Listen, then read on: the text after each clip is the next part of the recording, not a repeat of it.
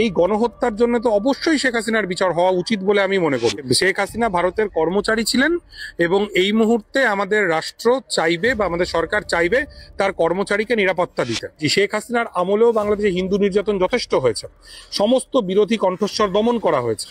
বাংলাদেশের মানুষের সঙ্গে আমাদের যে ঐতিহাসিক বন্ধুত্ব ছিল তার ছেদ ঘটার সবচাইতে বড় কারণ হচ্ছে শেখ হাসিনার প্রতি আমাদের পক্ষপাত। যদি আমরা এই পক্ষপাত না করি তাহলে বাংলাদেশ এবং ভারতের মানুষের সঙ্গে রাষ্ট্রের সঙ্গে রাষ্ট্রের সম্পর্ক অনেক স্মুথ হবে। আমরা কেন পাশের বাড়ির জানলা দিয়ে নাক গলাবো? পাশের বাড়ির মধ্যে ধরুন স্বামী স্ত্রীর মধ্যে ঝামেলা হচ্ছে, আপনার কি রুচি যে আপনি তার মধ্যে নাক গলাবেন এবং গিয়ে স্বামীর বা স্ত্রীর পক্ষ নিয়ে অন্য পক্ষের গাল খাবেন? আমরা কেন খাবো?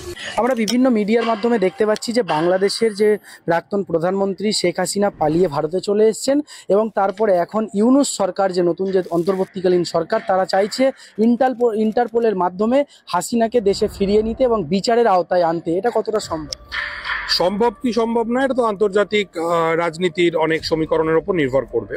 কিন্তু আমার কাছে যেটা সবচেয়ে কনসার্নিং, যে আমাদের দেশের সরকারের কাজ কি আওয়ামী লীগের ঠিকাদারি নিয়ে কি আমরা বসে আছি? নিশ্চয়ই নেই। আমরা তো আওয়ামী লীগের ঠিকাদারি নিয়ে বসে নেই। বাংলাদেশের জনগণ যেই ভদ্রমহিলাকে কার্যত উৎখাত করে তাড়িয়ে দিল, একটা গণহত্যাকারী এক ভদ্রমহিলা, যিনি পরপর 3টে নির্বাচনে ভোট চুরি করে, ভোট লুট করে সরকারে এসেছিলেন, তার দায়টা আমরা ভারতীয়রা কেন নেব?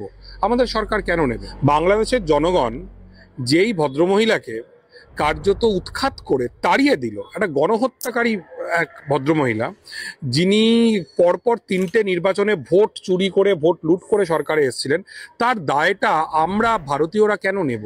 আমাদের সরকার কেন নেবে? একজন রাজনীতিবিদ, এই শেখ হাসিনা নামের ভদ্রমহিলা, তার জন্য আমরা কেন কোটি কোটি বাংলাদেশি মানুষের কাছে কেন আমরা ভারত বিদ্বেষের চাষ করব? আমরা তো এটা করতে পারি না। শেখ হাসিনার সঙ্গে তার দেশের জনগণের বোঝাপড়া, সেই জনগণ স্থির করবেন।